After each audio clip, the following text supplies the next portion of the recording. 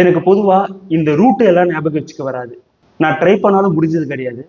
சொல்லப்போனா என்னுடைய நேட்டிவ் பிளேஸ்க்குள்ளேயே நான் ரெகுலரா யூஸ் பண்ண நிறைய ரூட்டை இப்ப மறந்திருக்கேன்.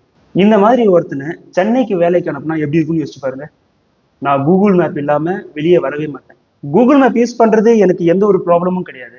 பட் சில நேரங்கள்ல நான் கூகுள் மேப் யூஸ் பண்ணி ஒரு பிளேஸை ரீச் பண்ணும்போது என்கிட்ட ஒரு கொஸ்டின் கேட்பாங்க.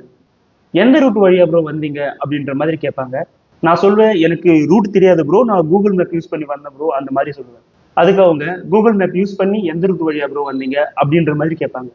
அவங்க கிட்ட நான் சொல்லுவேன், எனக்கு ரூட் தெரியாது ப்ரோ, ரூட் தெரியாததால தான் நான் கூகுள் மேப் யூஸ் பண்ணேன் அப்படின்னு சொன்னா என்னை பார்த்து சிரிப்பாங்க. அட்லீஸ்ட் அந்த ரூட்ல இருக்கிற ஏதாச்சும் ஒரு பிளேஸ் நேமையோ நீங்க நோட் பண்ண ஏதாச்சும் ஒரு ஷாப் நேமையோ சொல்லுங்க ப்ரோ அப்படின்ற மாதிரி கேட்பாங்க. சொல்ல போனா அந்த மாதிரி எந்த ஒரு விஷயத்தையுமே நான் நோட் பண்ணி இருக்க மாட்டேன். பொதுவாகவே நான் டிரைவ் பண்ணும்போது ஒரு 50 கிலோமீட்டர் டிரைவ் பண்றேன்னா அதுல ஒரு 10 கிலோமீட்டர் தான் நான் டிரைவ் பண்ண மாதிரி இருக்கும். அடுத்த 40 கிலோமீட்டர் நான் எப்படி டிரைவ் பண்ணியிருப்பேன்னு எனக்கே தெரியாது.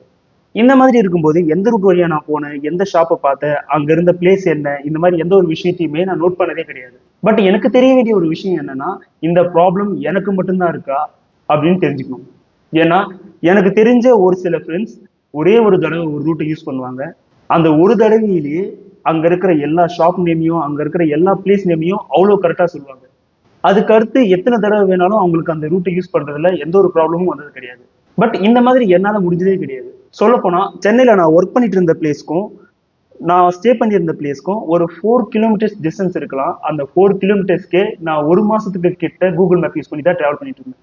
ஸோ இதே மாதிரியான ப்ராப்ளமை நீங்க யாராச்சும் ஃபேஸ் பண்றீங்களா அப்படின்னு ஷேர் பண்ணுங்க.